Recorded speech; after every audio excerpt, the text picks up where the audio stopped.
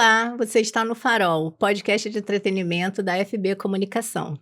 Estou aqui com a minha parceira de podcast, Camila de Jesus, e hoje nós vamos receber para conversar sobre mães, crianças, pais e situações ligadas à maternidade, a psicóloga Rafaela Lira, que tem um Instagram maravilhoso, que fala muito sobre todos esses assuntos e hoje veio conversar com a gente pessoalmente aqui. Muito obrigada, Rafaela. Eu que agradeço pelo convite. Estou muito feliz de estar aqui falando de um assunto tão importante, né? Que é a saúde mental materna e com vocês duas aí. A saúde mental, a gente acabou de comentar isso aqui, né? Tem sido um assunto muito recorrente em todos os aspectos, não só no caso de mulheres grávidas ou que perdem seus filhos ou que estão tentando ter filhos, mas da população de uma forma geral. Este público ao qual você se especializou, qual é o principal diferencial dele em relação aos outros pacientes? Todos estão ali para cuidar da saúde mental, né? Tanto as mulheres, grávidas, não grávidas, outras pessoas, né? Crianças, idosos, adolescentes. Nesse nicho em específico, a gente cuida da saúde mental materna no período perinatal, né? Gravidez, parto e pós-parto, porque ele é considerado um período potencial de crise. Então, se a gente está suscetível a ter algum transtorno mental na vida, no período perinatal a gente está muito mais. Então, por isso a gente monitora a atenção e o atendimento, né, durante esse processo todo de gravidez, parto e pós-parto, porque o aumento de adoecimento mental pode acontecer. Por uma questão hormonal ou por causa da situação complexa que é uma gravidez, as preocupações da mãe, as preocupações do pai, todas essas questões referentes a trazer uma pessoa nova para a família? A junção de tudo isso. Quando a gente passa pelo período perinatal, a gente tem alterações significativas biopsicossociais, né? Que é biológico, fisiológico, o social. Tudo isso acontece de uma forma muito intensa. E nós, mulheres, a gente passa por esse período que é potencial de crise em 3 momentos da nossa vida. Tanto na adolescência, quanto no período perinatal, quanto no climatério, que é quando a gente está entrando na menopausa. Então, a gente está mais suscetível a ter esse adoecimento mental por conta dessas transformações que acontecem com a gente nesse período. Diante desse cenário, Rafaela, como é que você enxerga a necessidade dessa preparação, né, desse contexto? Você fala da questão da mãe, né, que é, digamos que a protagonista dentro dessa história, mas também existe o contexto familiar. Como é que funciona a dinâmica desses atendimentos? Como é que é dentro dessa logística, assim? Como é que funciona isso? Imaginem que a gente faz o pré-natal, né? Quando a gente busca um médico para cuidar da gente quando a gente está grávida, a gente faz um pré-natal com o médico. Mas nesse pré-natal a gente pode e deve levar, né, o nosso parceiro e as possíveis pessoas que serão nossa rede de apoio. Então, geralmente a gente leva os avós, ou a gente leva uma irmã, um irmão, uma tia, um tio, quem vai estar ali com a gente depois. E aí o acompanhamento psicológico, ele não é diferente. A gente vai fazer ali o acompanhamento com a mulher. Esse acompanhamento pode ser individual, pode ser grupal, né? A gente tem todo um preparo para isso. E durante todo esse processo a gente convida o pai ou a mãe, né? A gente convida a família, os avós, tem a sessão dos avós, tem sessão com o irmão, né? Com a criança que vai receber o irmãozinho também para preparar para tudo isso. Mas o foco ali maior realmente é na mulher e naquele processo que ela vai enfrentar durante esse processo, durante o período perinatal. Mas a gente também acolhe a família. A gente também conversou um pouquinho antes sobre isso e é uma questão que me deixa muito curiosa de saber. Você já me falou um pouco sobre as mulheres antes de pensar em uma gravidez, diante do mundo que está hoje em dia, né? Muita violência, muitos problemas, a mulher quer trabalhar, quer ser independente, quer ter um relacionamento maravilhoso, quer ser mãe, só que eu particularmente acho que isso é uma coisa inviável para todas. Não existe mulher perfeita que vai conseguir atender a todos esses protocolos da forma como uma mulher gostaria de atender, né? Ser a mais interessante e maravilhosa para o marido, ser a melhor profissional, ser a melhor mãe, ser a melhor amiga. Então, assim, alguma coisa ela vai deixar de cuidar. Você atende mulheres que pensam em engravidar e para fazer um preparo para elas antes disso acontecer? Ou esse público é muito restrito? A gente atende, né? O antes do engravidar, o durante a gravidez, no parto e no pós-parto. Mas o público de mulheres que ainda buscam o acompanhamento psicológico para se preparar para engravidar ainda é muito restrito. São poucas as mulheres, né, que fazem isso. Geralmente são mulheres que realmente, assim, têm uma carreira e ela precisa se organizar e se planejar para essa gravidez. São mulheres que já têm outros filhos e, né, elas querem novamente tentar uma gravidez. São mulheres que resolvem engravidar e estão ali em tentativas, né, a gente chama de tentantes, desejantes, e elas buscam a terapia para poder ajudar nesse processo de tentativas que acaba, né, adoecendo. Mas, realmente, isso é um tema importante da gente falar. Porque, assim, a gente vem de um senso comum que traz para as mulheres muitas atribuições que ela tem que ter. E Então, cobranças, né? e Não só cobranças. atribuições. As cobranças, exatamente. Então, assim, tem que ser a mãe perfeita, a profissional perfeita, a mulher perfeita, a filha tudo perfeito. Só que isso sobrecarrega, porque a gente vai tentando ali dar conta de tudo e não dar conta de nada, né? E aí a gente se culpa, porque acha que o que a gente está dando conta é pouquinho, mas a gente está fazendo tanta coisa, e o que deixa a desejar nesse processo todo de tentar dar conta de tudo é a saúde mental. Porque a gente vai ali se afundando, né? Não preciso fazer o melhor trabalho, eu preciso ter o melhor momento com meu filho, mais tempo com meu filho. E a gente vai entrando num looping de cobranças, de autoculpa, que quando a gente para perceber, adoeceu. Adoeceu tentando dar conta de tudo, quando na verdade a gente não tem como dar conta de tudo, né? A casa não vai estar sempre arrumada. A gente não vai conseguir chegar sempre no horário no trabalho. O filho não vai ter a gente 24 horas por dia. E aí eu sempre trago assim para elas, não é sobre a quantidade de tempo que você fica com o seu filho, é a qualidade. É aquele momento ali que você vai ficar 10 minutos, 20 minutos, é o que você tem. Desliga o celular e se dedica naquele momento ali para ele, né? É um momento, assim, de qualidade, não de quantidade. E o trabalho, não, nossa, eu vou fazer o meu possível, eu vou pedir ajuda ao meu colega, né? Em casa, a casa tá uma bagunça, eu vou aprender a delegar funções. Então, tem muitas coisas que a gente pode trazer para enfrentar todo esse processo da sobrecarga que a gente acaba tendo. Eu vi uma colocação que você fez no Instagram, que você fala assim, coloque a máscara primeiro em você. Eu achei isso muito legal, porque é o que eu não vejo a maioria das mulheres fazendo, né? Exatamente. Isso é interessante porque quando a gente recebe, né, as mulheres na clínica, no hospital, é sempre essa queixa. Eu não consigo amamentar, eu acho que eu sou a pior mãe do mundo, eu não estou dando conta do meu filho acorda o tempo todo, será que meu leite é suficiente? Será que eu estou fazendo certo? E aí, quando a gente vai ver, existe uma cobrança, existe uma construção social ali, né? Sim. Disseram que o parto natural seria muito difícil e por isso eu acho que eu não vou dar conta. Me disseram que eu não teria leite suficiente e por isso eu acho que meu filho chora muito com fome, porque o meu leite não está sendo suficiente.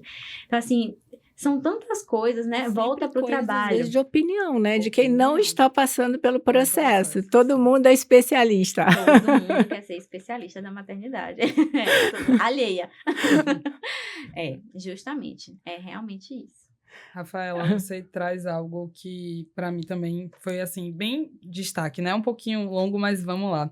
Para um parir tranquilo, é necessário que essa mulher também faça o parto dos seus medos, angústias, traumas, inseguranças, anseios e dúvidas. Então, ela estará emocionalmente plena para se conectar com ela mesma, com seu corpo e com o bebê, tornando-se protagonista do nascimento do seu filho e do seu renascimento enquanto mãe e mulher. A gente vem falando, né, sobre as mulheres, por exemplo, que vem tentando. Como é que você vê essa questão dela se tornar protagonista tanto do nascimento do filho como do renascimento dela enquanto mãe e mulher, já que são tantas cobranças, né, e tantas coisas que estão ali inseridas? Essa frase que eu construí ela quando eu estava fazendo um curso de doula, porque eu queria entender como é que, mais profundamente, como que seria o processo do parir, né? Eu já entendia um pouquinho ali. Chega um pouquinho mais perto do microfone, isso. Rafa. E estava com as mulheres no processo do gestar, no processo do pós-parto. Mas eu queria saber como que eu poderia ajudar ainda mais elas no processo do parir.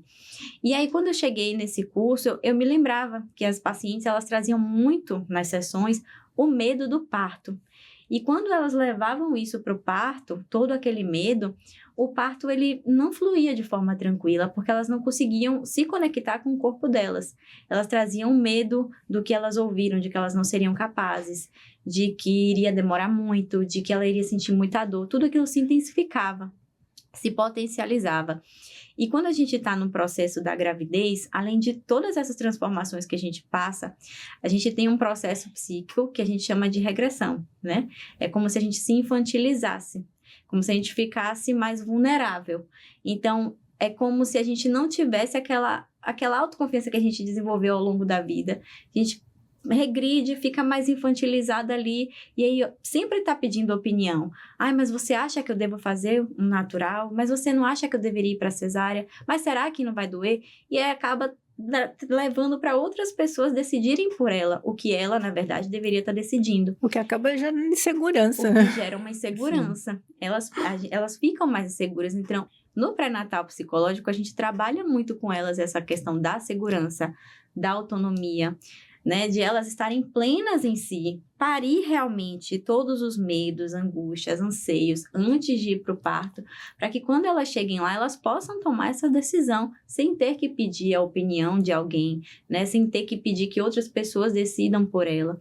E isso torna elas mais plenas e mais, né, protagonistas da própria história ali, do nascimento do filho e do renascimento delas enquanto mulher. Isso é uma coisa muito bacana. Rafa, deixa eu te perguntar. O bebê, nos primeiros 6 meses, normalmente ele tem a companhia da mãe por uma questão de justiça de trabalho e tudo mais. Só que uma pessoa de 6 meses, normalmente, quando passa esse período, ela vai para a creche.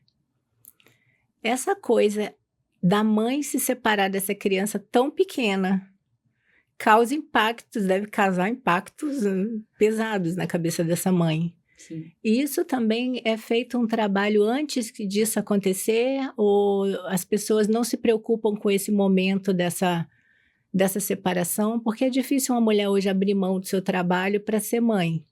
É muito difícil.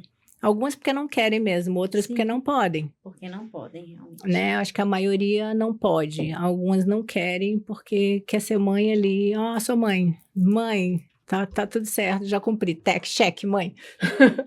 E isso é uma coisa muito triste que eu vejo. Também conversei com você sobre isso antes, né? São os filhos da babá, não são os filhos da mãe.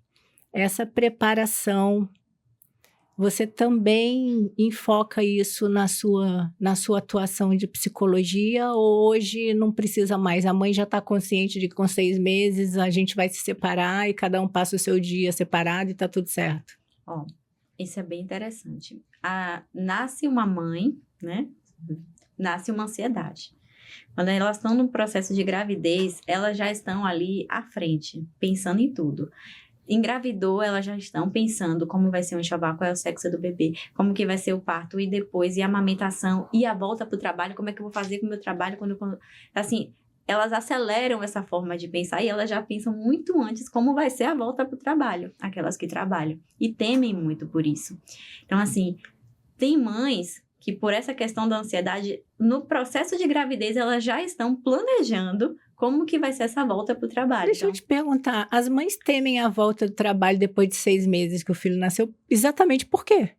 Porque elas vão deixar o bebê. Imagine, a gente fica aflita porque está dentro de casa, sem conseguir sair, amamentando, cuidando do bebê. Mas quando a gente vai se separar ali, naquele processo, não tem como não ficar angustiada. Elas ficam angustiadas, por quê? Ninguém vai cuidar que nem eu. Ninguém vai ter o cuidado que eu tenho, ninguém vai amar como eu amo, e eu não vou estar olhando. E como que vai ser esse cuidado? Elas ficam muito angustiadas com isso. Então, assim, será que vão maltratar meu filho na creche? Será que a babá é de confiança? Será que minha mãe vai seguir tudo que eu estou orientando que ela siga aqui quando eu sair? Porque a avó e a avó mima demais. Então, assim, não, tem a toda avó essa dá preocupação. doce. A avó dá chocolate. Então, toda essa preocupação existe. E o meu leite? Como é que eu vou fazer com o meu leite? Porque chega no trabalho, dá o tempo da amamentação, o peito ele enche. Você pensou no seu filho, enche. Então, assim, todo esse processo traz um pouco de angústia. Às vezes, na gravidez, Deve ela já trazer traz muita isso. angústia, né? Pelo que você está Muita falando angústia. aí, não é um pouco, não. É bastante. Imagina, a Tem pessoa está mães lá, o com- peito enche, meu É. filho está com fome, eu não posso amamentar. Aí a gente orienta, né? Assim, vai lá no banheiro, tira um pouquinho. Ou então, se for em uma maternidade, né? Num hospital, veja onde tem um banco de leite, onde você pode tirar e também doa, ou você leva para casa, né? Em casa, a gente já fala sobre o preparo de armazenamento desse leite para dar para o bebê, para não ter um desmame precoce aí, né? Então, essa angústia, ela muitas vezes existe lá na gravidez, essa sementinha começa a ser plantada. No pós-parto, piorou. Né? E elas ficam muito aflitas. A gente faz um preparo para que elas voltem ao trabalho de uma forma mais tranquila, confiante, mas gera muita angústia.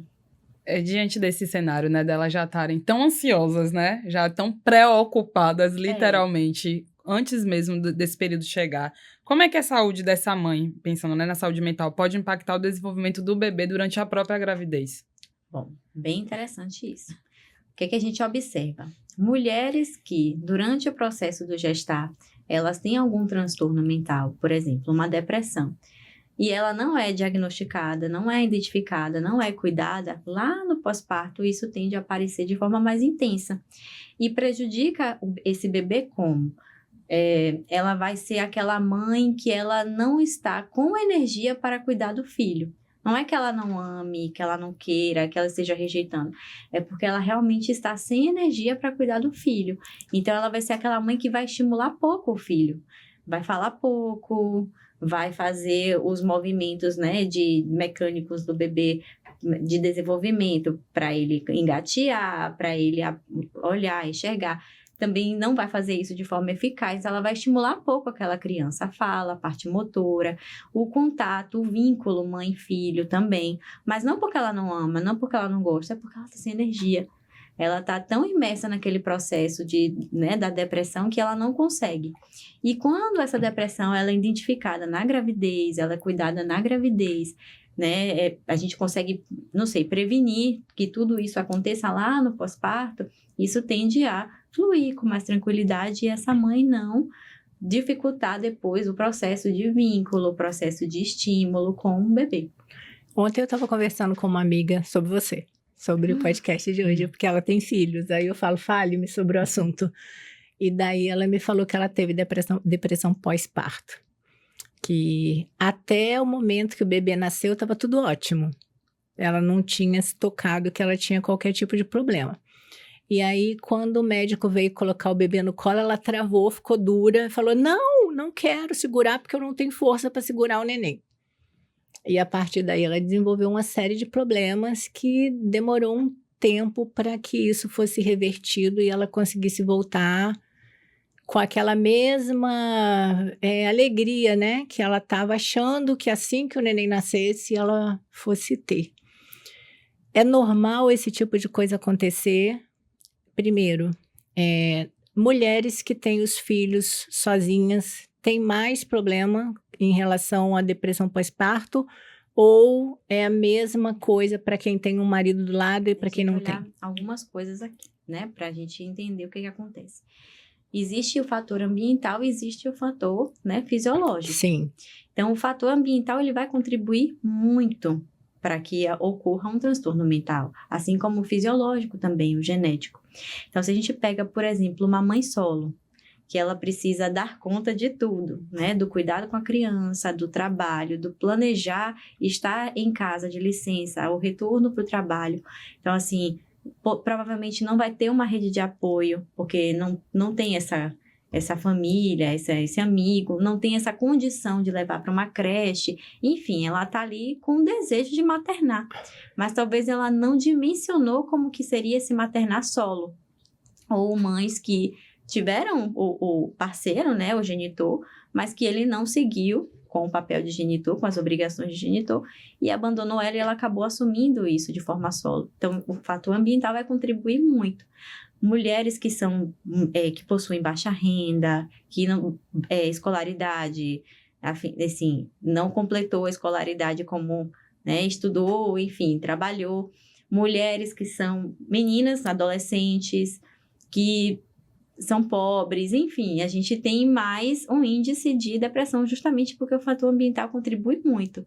Mais Agora, do que o fator fisiológico. mas, o fator fisiológico vai entrar aí, porque a gravidez ela já é esse processo de transformação, mas o fator ambiental ele pesa muito.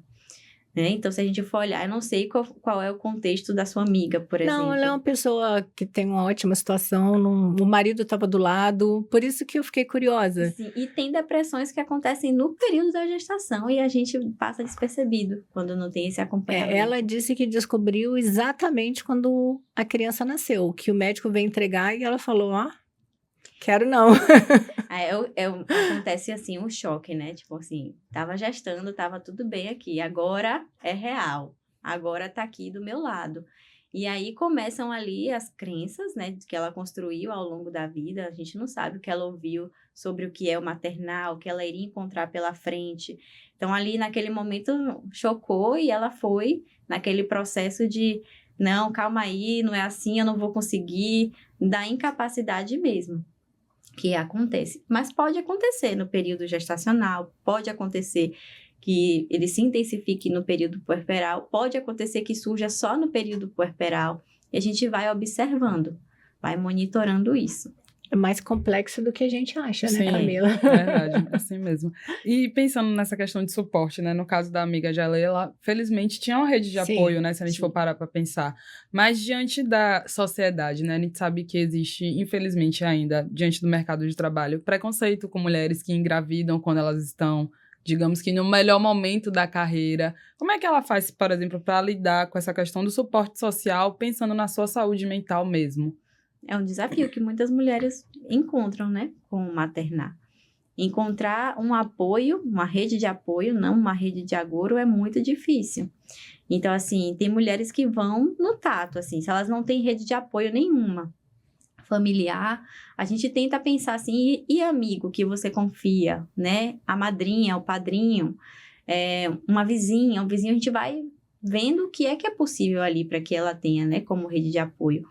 A creche, vamos ver uma creche, mas às vezes a creche não atende, né, a questão financeira daquela mulher. Então, ela vai tateando ali para ver o que é possível rede de apoio.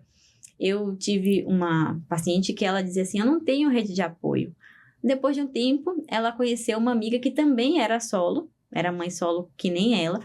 E depois de um tempo, elas duas passaram a observar que, quando uma precisava fazer alguma coisa, a outra cuidava da filha dela, né, e da menina dela.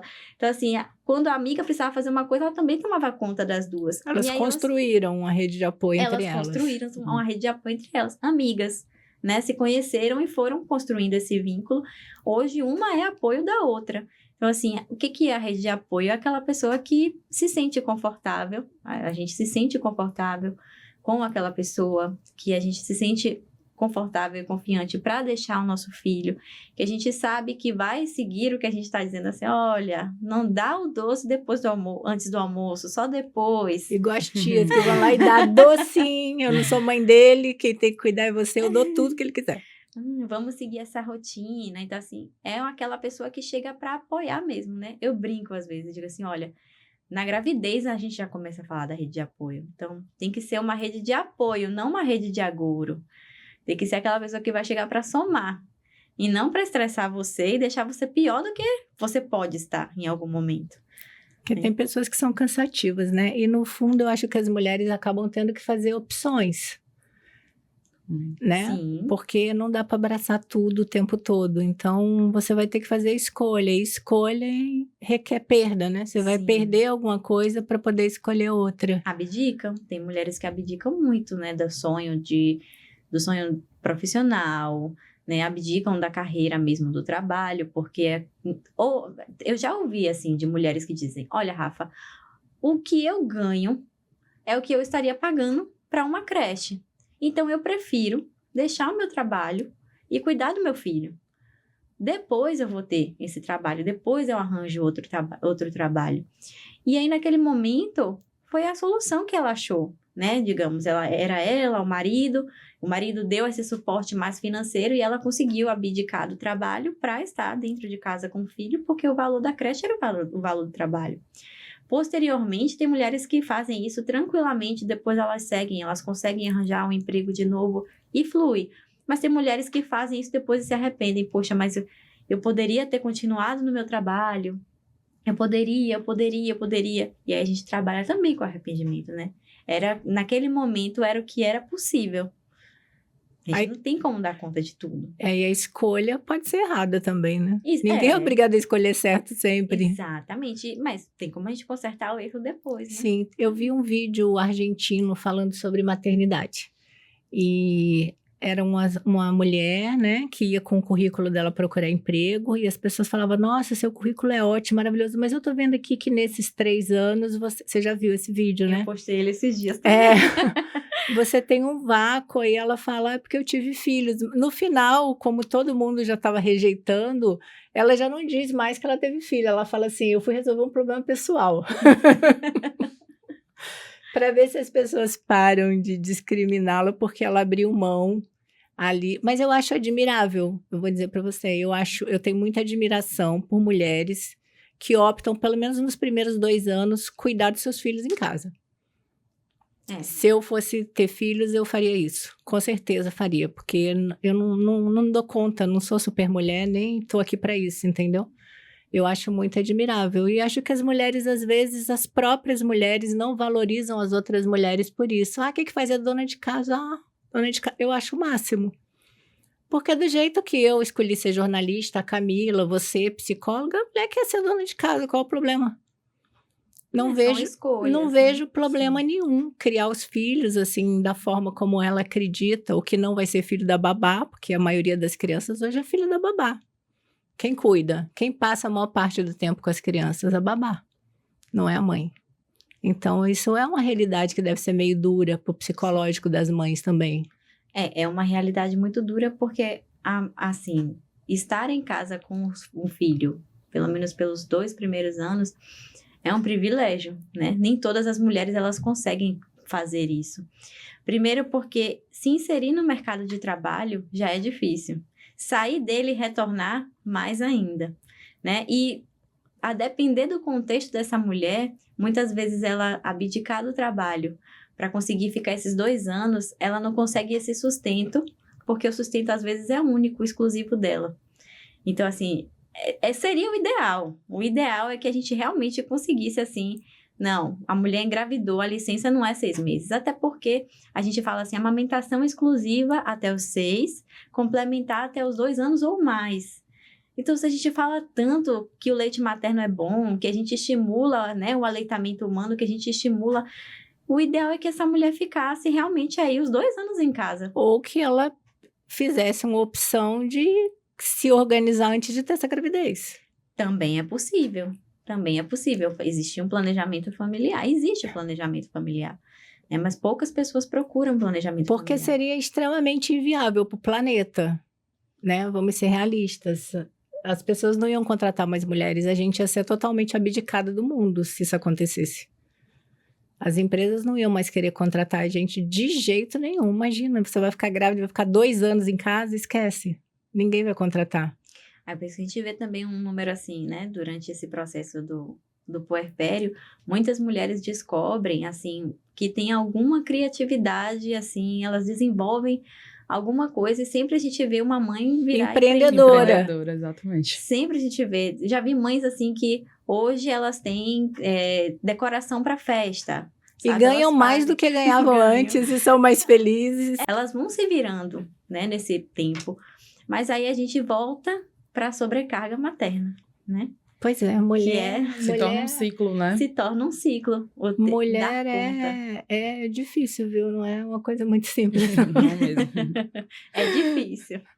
Vamos lá, Cami. Quando a gente fala da questão dos problemas e pensando em tratamentos também, hoje quais são os que estão disponíveis? Pensando no SUS também, como é que essas mulheres podem buscar esses acessos? A gente sabe que ano passado uma lei foi sancionada obrigando hospitais e estabelecimentos de saúde a desenvolver atividades de conscientização sobre a saúde mental e também fornecer essa assistência durante até o pré-natal, né? A mulher ter esse tipo de acompanhamento. Como é que funciona nesse sentido também, Rafaela? Aqui- Também se é real, né? Se existe. É real, mas ainda é um recurso muito limitado no âmbito SUS, né? A gente sabe que funciona, mas ainda é muito limitado. Por quê? Porque o número de profissionais ainda é muito pouco para o tamanho que é Salvador, o tamanho que é a Bahia, né? E o tanto de mulheres que realmente precisam. Então, assim, funciona.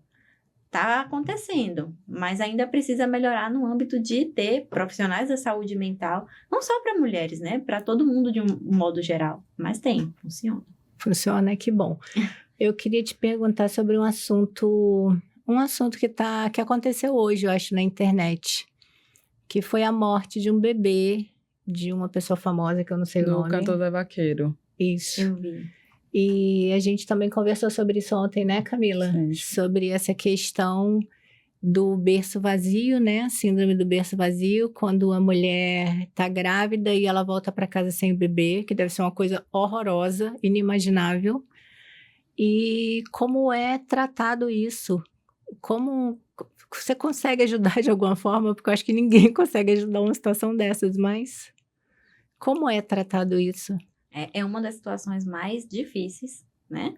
E assim, não só para a família, até para a gente também que está ali em contato com o paciente, a gente também sofre, né? A gente fica Eu comovido imagino. com a história, com as histórias que são inúmeras. A gente que nem conhece, fica triste, Sim. sofre, acha assim que deve ser uma situação horrorosa. Imagina uma pessoa que está ligada diretamente numa situação dessas. O luto perinatal, ele ainda é um tabu, né? As pessoas se travam um pouquinho na hora de falar de morte. Ninguém gosta de falar de morte. Então, quando a gente vai falar de morte, todo mundo já fica, ai, não fala não, para não Para não acontecer, atrair. para não atrair. Exatamente. Aí, morte de um bebê, aí o pessoal já fica, não, piorou, que isso? Não fala disso. Isso não. Vamos mudar de assunto. Então, ainda é uma coisa que é um tabu. E acaba que essas mães, esses pais, essas famílias, elas passam por esse processo de sofrimento, muitas vezes, quando não buscam ajuda, num silêncio, numa dor silenciada ali, né? E aí, quando a gente vai ver, por exemplo, o que aconteceu com o Zé Vaqueiro. O Zé Vaqueiro, o filho dele chama síndrome rara, né? E era uma síndrome que a gente sabe que os bebês, eles não vivem muito tempo. Então, ali, no hospital mesmo, na maternidade mesmo, já entra uma comissão ali de cuidados paliativos, a equipe multi, ela abraça aquele casal, aquela família, acolhe, fala sobre o prognóstico. Então, assim, eles já são acompanhados ali por toda uma equipe durante aquele processo. E os pais são conscientizados ali aos pouquinhos de que eles vão ter um momento, né? Ali a gente não sabe qual é o momento, muitas vezes, que eles vão se despedir daquele filho. E isso é uma dor muito grande, porque eles vivem todos os dias como se fossem o último dia. Todos os dias eles acordam e vão para o hospital, quando esse bebê está hospitalizado, como se fossem o último. E a gente deixa, né, eles muito à vontade para exercer essa maternidade, essa paternidade lá. Então, assim, quando é possível, né, carregar, colocar no colo, dar um banho, pentear um cabelinho, vestir uma roupinha, eles vão fazendo o papel deles ali, né? Mas quando acontece o processo realmente da partida, é muito doloroso mesmo. Não só para os pais, né? Óbvio, é a maior dor do mundo. Todas as mães que conversam comigo, os pais que conversam comigo falam, não tem dor pior no mundo do que a gente perder um filho. E eu imagino, né, que não exista realmente uma dor pior no mundo do que perder um filho. Vi até uma frase que dizia assim, perder nossos pais é como se a gente perdesse parte do nosso passado. Porque já não tem mais ali ninguém para contar pra gente as histórias da gente quando era criança, né? Perder nossos filhos é perder parte do nosso futuro. E um futuro que a gente idealizou, que a gente tinha esperança, que a gente queria muito que acontecesse. E que não foi vivido, né? E que não foi vivido, né? Então, assim, o processo de luto perinatal é um processo, assim, muito doloroso para a família. Eu acho que essa situação que ele passou deve ser uma coisa muito dolorosa, horrorosa. Mas eu imagino também que uma mulher vai ter o seu bebê, fazer o trabalho de parto, tá tudo bem, e ela volta sem bebê. Sim, tem muitos casos. Eu acho que isso daí deve ser ainda pior. Sim. Que é no processo, eu sempre falo assim, a gravidez, ela é assim, imprevisível e inevitável. Muitas coisas acontecem assim, né? De forma, às vezes ela chega realmente muito bem, entra no processo do parto e acontece. Às vezes ela chega uma outra mulher que está ali num processo muito delicado e evoluiu e ficou bem. Então, são coisas que são imprevisíveis. É E a porque gente, às ela vezes, não entra para consegue levar a evitar. vida e acaba levando a morte, E acaba né? levando a Que é uma morte. coisa totalmente contrária, assim. Quando uma mulher ela passa pelo processo da perda no momento do parto, ali automaticamente, na maternidade que ela estiver, psicologia é acionada, né? Para dar esse suporte imediato ali na cena mesmo do parto. E ali naquele momento a gente pode fazer inúmeras coisas. A gente pode acolher, né? Às vezes a mulher não vai dizer nada, a família não vai dizer nada, a gente também não vai dizer nada, porque o silêncio naquele momento é o que é necessário. É a melhor opção, É né? a melhor opção. Às vezes ela vai chorar, às vezes ela vai falar, às vezes ela não quer nem ver a gente e tá tudo bem, a gente volta em outro momento. Mas a gente, daquele momento ali da cena do parto, a gente já começa a fazer coisas que futuramente no acompanhamento vão ajudar. Então, deixar ela em contato com o bebê dela, né? Para ela que ela possa se despedir. Gente, quanto tempo, Rafa? O tempo que ela precisar, gente, para se despedir. Como é que eu vou dizer qual é o melhor tempo para uma mãe se despedir de um filho? Tem. Coloca lá com ela e deixa ela se despedir. E é uma coisa muito estranha, né? Porque a pessoa se despede de uma pessoa que ela nem conheceu. Conheceu da forma dela, né? Digo assim, É, visualmente conviver. falando, né? Sim, sim. Geralmente as Deve mães... precisar de muita ajuda para. Muita ajuda. A ajuda começa na cena do parto e vai até depois. Depois, na clínica, né, a gente faz o quê? A gente faz um acolhimento, monta uma caixinha da memória. Então, a gente pega ali, naquela cena do parto, faz um carimbo da mão, do pé do bebê, da placenta, coisas que são muito simbólicas. Se ela puder, né, e quiser, a gente tira uma foto dela com o bebê de um jeito também que não fique muito, né, ruim de ela olhar. Então, depois isso também vai para a caixinha da memória, a gente vai construindo depois desse processo, elaborando esse luto e ressignificando essa maternidade que é de colo vazio, que é muito difícil para essa mulher. Peito cheio de leite. Nossa. E ela não tem o filho para amamentar, né? Então, assim, tudo isso é um processo. Não ligue pro nosso relógio, porque ele é metido, ele gosta de se meter no meio das nossas conversas. Não sei porquê, né, Camila? E pensando nas mães que, por exemplo, depois desse cenário, rejeitam totalmente a gravidez, existe algo que é feito também, pensando nesse cenário, né? Porque, infelizmente, é uma dor que realmente, como você já disse, a gente não pode mensurar. Sim. Algumas, realmente, assim, de início, elas não querem. Nunca mais pensar em gestar e ter um filho e passar pelo processo tudo de novo. Quando elas passam com muita ansiedade, muito medo de que aconteça. Aí deve ser terrível, né? É muito tenso, assim, para elas, porque elas vão no processo de... Para elas e para todo mundo envolvido, pra todo né? mundo. Qualquer dor, mas essa dor, quando eu senti, era aquela... Ela vai trazer na memória, infelizmente. Tudo, né? tudo acaba sendo um gatilho. E tem mães que no processo mesmo ali da terapia, elas vão elaborando e depois elas planejam um engravidar. Essa coisa do engravidar, né? Fazendo um complemento à pergunta da Camila, que falou da rejeição. Aí vamos lá, ela engravida de novo. A substituição também acontece. Da próxima gravidez, ela fala, não, agora vai substituir aquele filho que perdeu. Isso também tem acompanhamento psicológico? É muito difícil a gente ver uma mãe dizer que vai substituir. Geralmente, as pessoas ao redor dela têm a ideia de que, agora teve outro, vai substituir, ela não vai lembrar. Mas a própria mãe a não. A própria mãe fala, eu sou mãe de anjo e sou a mãe de meu filho agora que está aqui comigo, né? Que é o bebê arco-íris. Então, assim, é muito difícil a mãe falar do filho como essa coisa da substituição.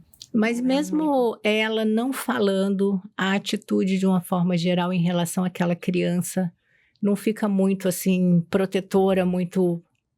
Algumas ficam super protetoras, né? O medo de, já perdi sem nem ter como cuidar, e agora eu tenho que cuidar porque qualquer coisa aqui eu vou perder, não vou ficar sem meu filho. Algumas sim, mas a gente também trabalha isso na terapia com elas, né? Essa super proteção, que e tudo em excesso faz mal. Sim. Né? Ou largar demais, ou apertar demais, faz mal. Então, a gente também trabalha isso com elas, porque isso diz muito mais sobre elas, sobre a insegurança delas ali, enquanto mãe, com aquele filho. Por quê? Por conta do gestar anterior? Vamos trabalhar então um pouquinho isso aqui, assim, é por esse caminho. Deixa eu te fazer uma pergunta em relação aos maridos agora, né? Aos companheiros, ao homem que está ao lado daquela mulher. Quando uma mulher perde uma criança, ou na gravidez, ou um bebê, como foi o caso dessa pessoa famosa que perdeu essa semana, como os homens reagem a isso? São muitas reações. Primeiro porque existe uma construção social de que o homem precisa ser forte, independente de qualquer circunstância. Então, a gente vai ver muitos homens que vão dizer assim, não, eu preciso ficar forte porque eu preciso apoiar minha esposa. Tá, mas ele também tem um momento que ele vai fraquejar. E tá tudo bem. Ele precisa disso. Ele também precisa viver isso. Tem pais que vão dizer assim, não, tô triste, é isso mesmo. Entra no looping ali, né? No ciclo de sofrimento junto com a mulher. Tem casais que, infelizmente, depois da partida do bebê, se separam, né? Como também foi o caso de um desses famosos, que aconteceu isso. Mas, numa maioria, os pais, eles trazem essa construção social de que eles precisam ser fortes para apoiar a companheira. E aí, em sessão, a gente faz uma sessão separada com esse pai, para que ele também possa elaborar o luto dele, porque é importante, né? Então, assim, eu tive uma paciente que o marido, ele não tinha elaborado esse luto, e ela falava muito, ele é muito ela achava que ele estava indiferente. Para ela, ele dizia que ele estava sendo forte por ela e pela família. E estava. E tinham coisas que tinham acontecido que mexeram muito com ele naquele processo que ele nunca tinha falado para ninguém. Ele guardou, porque ele precisava ser forte. E aí, em sessão, a gente fez umas 3 sessões, assim, para poder ele conseguir falar, né? E aí ele falava assim, nossa, eu sofri muito, eu me lembro disso, eu me lembro da música que estava tocando, do que estava passando na TV. E ele foi elaborando aquilo ali, sabe? Ele saiu assim tão leve depois. Ele conseguiu conversar com a esposa, que aquilo também mexeu com ele. Aí ela conseguiu falar para ele que ela também achava que ele estava sendo indiferente. E ali gerou novamente, né, um vínculo entre os dois, uma conexão entre os dois que havia se perdido nesse percurso. Ela porque achava que ele estava sendo indiferente e ele porque ele precisava ser forte pela família. Então, assim, a gente tenta desconstruir essa ideia dos pais, mas a maioria ainda chega com essa fortaleza. E a gente abre o espaço para que ele também possa elaborar. Tenho uma outra pergunta sobre pais, que eu sou curiosa sobre homens. Quando acontece do bebê e da mãe falecer, né? Porque às vezes as mulheres morrem no parto, infelizmente, ainda acontece muito isso. Como é essa conexão do bebê com o pai perdido numa dor, porque perdeu a pessoa que ele amava, que estava ali com o filho dele?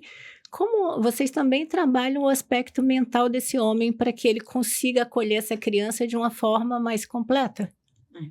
E eu já ouvi de um pai, uma vez, que perdeu sua esposa no parto. E eles tinham 2 filhos e estava nascendo mais um. E ele falou assim, poxa, agora eu tô vendo como é difícil fazer tudo o que ela fazia. Eu não consigo fazer 1/3 do que aquela mulher fazia. Ela conseguia ser mãe dos meus filhos, minha esposa, dona de casa, administrar a nossa vida, né, profissional. Ela conseguia fazer tudo e eu não consigo fazer nada. Mas assim, como é que fica esse parceiro depois? Geralmente, aquele impacto, né, depois da partida da mãe, da esposa, assim, de forma tão inesperada, porque quando acontece de forma inesperada, né? Ainda acontece muito? Na minha vida, eu só vi acontecer uma vez. 2 vezes. Então, assim, não é muito, né? Se aquela mulher, ela consegue ter um acompanhamento no pré-natal ali certinho, embora a gravidez seja cheia de... A caixinha de surpresas, como você disse lá anteriormente. A gente ainda consegue ter um cuidado para que isso seja evitado, né? Então, assim, se eu vi 2 vezes na minha vida, e foram 2 vezes que realmente não tinha como ser diferente pelo que aconteceu de intercorrência, né? E assim, como que esse pai assumiu, ele estava na dor, os pais, né? Eles estavam na dor, numa dor assim, absurda, mas eles também precisavam ser fortes pelo filho, né? Pelos filhos. e eles precisavam paternar no lugar da mãe, que é quem carrega a maior responsabilidade com o bebê.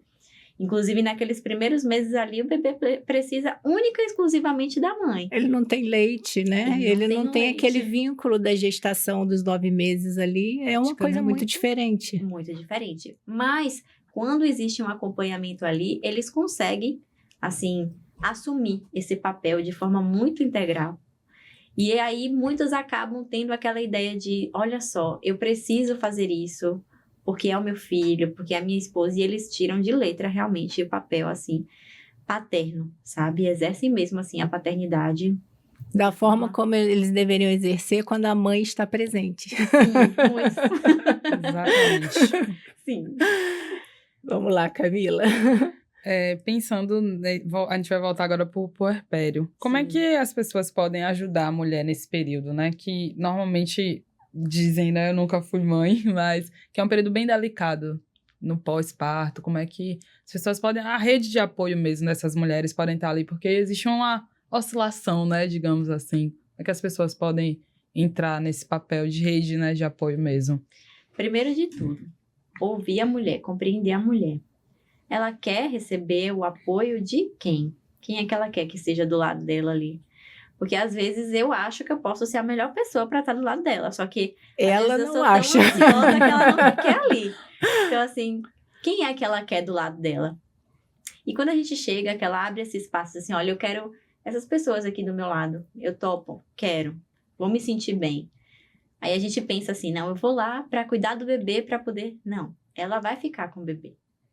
Ela precisa de pessoas que ajudem ela a arrumar a casa, a fazer uma comida, a lavar as roupas do bebê, né? Ou que no momento que o bebê terminou de mamar, pegue o bebê para poder ela tirar um cochilo, porque ela tá ali amamentando a cada 2, 3 horas, né? Então, assim, a rede de apoio, ela vem para perguntar para a mulher, dizer assim, como é que eu posso te ajudar? O que eu posso fazer aqui que vai deixar você mais feliz, nesse momento mais leve?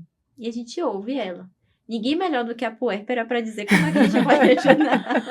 Ela mesma, né? Olha, a gente já está 1 hora aqui, eu vou te fazer uma última pergunta, que eu sou muito curiosa, então eu tenho várias perguntas para fazer. Mas essa é uma pergunta, assim, de modo de vida mesmo, sabe? Eu não vou visitar bebê antes dos 3 meses. Eu não vou. Ah, nasceu sobrinho, ai que lindo, manda foto que eu quero ver ele de longe. Por que eu não vou? Porque eu acho que o bebê aterrissou na terra, a mãe não conhece, o pai não conhece, o bebê não conhece, a mãe não conhece o pai. Vai eu me meter lá no meio dessa confusão, para o bebê que não conhece a mãe e o pai, a mãe que não conhece o bebê, ter mais uma pessoa se metendo dando palpite. Então, assim, eu não visito criança antes dos 3 meses. Né? Só o meu afilhado, porque era meu afilhado, aí tudo bem. Esse aí, desde que ele nasceu.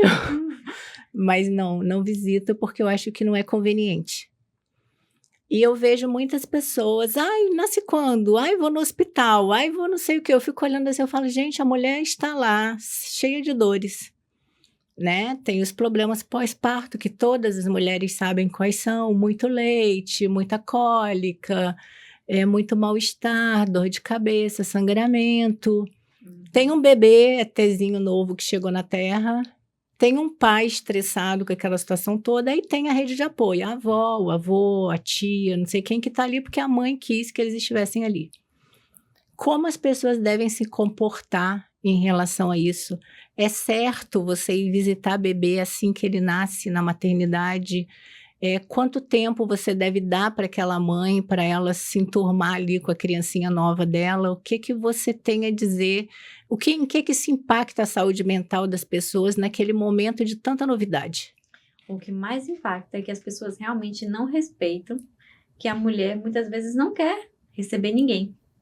Quem dera se todo mundo pensasse que nem você, Alê. Quem dera. Porque as mulheres naquele momento, né, as mulheres e os pais também, eles estão nesse processo de adaptação de uma nova rotina, porque eles passaram... Eu sempre falo assim, nossa, quantos anos será que... Vamos chutar assim, essa mulher tem 32 anos. Ela passou 32 anos da vida dela vivendo da forma dela, do jeito dela, com a rotina dela. Aquele bebê chegou, mudou. Porque mesmo que ela queira continuar com aquela rotina dela, ela ainda precisa adaptar a rotina dela para aquela rotina daquele bebê, que precisa dela. Então, assim, está o pai, a mãe e o bebê estão se conhecendo. É um conhecendo o outro, Sim. um relembrando do outro no tempo do processo da gravidez, da voz, do cheiro, de tudo. A mãe está ali, realmente, querendo amamentar, o peito enche, e aí ela amamenta, aí tem que fazer a posição, e tem que fazer a pega, e ela está concentrada. Vem as alterações hormonais, as alterações emocionais, a gente fica mais sensível no pós-parto, né? A gente fica mais chorosa, mais preocupada. Mais inchada, minhas Mais amigas todas inchada. inchadas, coitadas. Mais e inchada, até o corpo da se gente sentindo demora. desconfortável, autoestima lá no chão. O cheiro de leite, às vezes a puérpera acordou, né, despertou de manhã, 7 horas da manhã, das 5 horas da tarde, muitas vezes ela não conseguiu tomar um banho ainda, então ela tá ali com a mesma roupa, com o cheirinho do leite, andando pela casa, com o peito às vezes para fora, porque então assim, ela quer ficar à vontade na casa dela. Quem dera essas pessoas pensassem nisso e não em, eu quero conhecer o bebê. Gente, é O ligar. bebê não vai te conhecer, lamento te informar, o bebê não vai saber quem você é. É ligar e perguntar, oi, fulana, como é que você está? Como é que eu posso te ajudar? Quando que eu posso? O que Quando que eu ela puder, precisa, o né? que Sobre a você necessidade precisa? dela. Sim. Porque se ela estiver A bem, pergunta é essa, Camila. se ela estiver bem, o bebê dela vai estar bem, a máscara de oxigênio, né? Primeiro a gente cuida da mãe, depois a gente cuida do bebê, né? Porque é um binômio, ele depende dela. Então, assim, ligar, perguntar como é que você tá, o que você tá precisando, quando que eu posso visitar? Quando eu puder visitar, me avisa que eu vou aí. Se precisar de ajuda, me liga, tô aqui. Tá ótimo. Acho que a necessidade da visita é muito voltada para o bebê, mas aquela mãe ali, às vezes, não tá confortável para receber visita, para fazer sala, para fazer uma comida para receber alguém, né? Então, assim, eu acho que o impacto é muito quando as pessoas não respeitam esse espaço da puérpera. Quem dera se pensassem que nem você. Vamos fazer uma campanha. Não visitem crianças antes dos 3 meses, porque a mãe não quer e o bebê não vai saber quem você é. E tem a questão da vacina também, né? Tem as vacinas. Eles estão ali ainda no processo de tomar as vacinas, criar anticorpos. Então, né? Eu acho que é respeito mesmo, sabe? Eu vejo, assim, algumas pessoas nasceu, no outro dia a pessoa tá no hospital, a pessoa vai no hospital, a gente fazer o quê no hospital? Pelo amor de Deus, não vão ao hospital, deixa a mulher em paz lá, por favor. E mulheres fazendo isso com mulheres, o que é pior. E criticando quando essas mulheres dizem, não quero visita, não, por favor, você chegou, passa um álcool na sua mão, coloca uma roupinha para pegar meu bebê, põe uma máscara. Nossa, isso é uma guerra.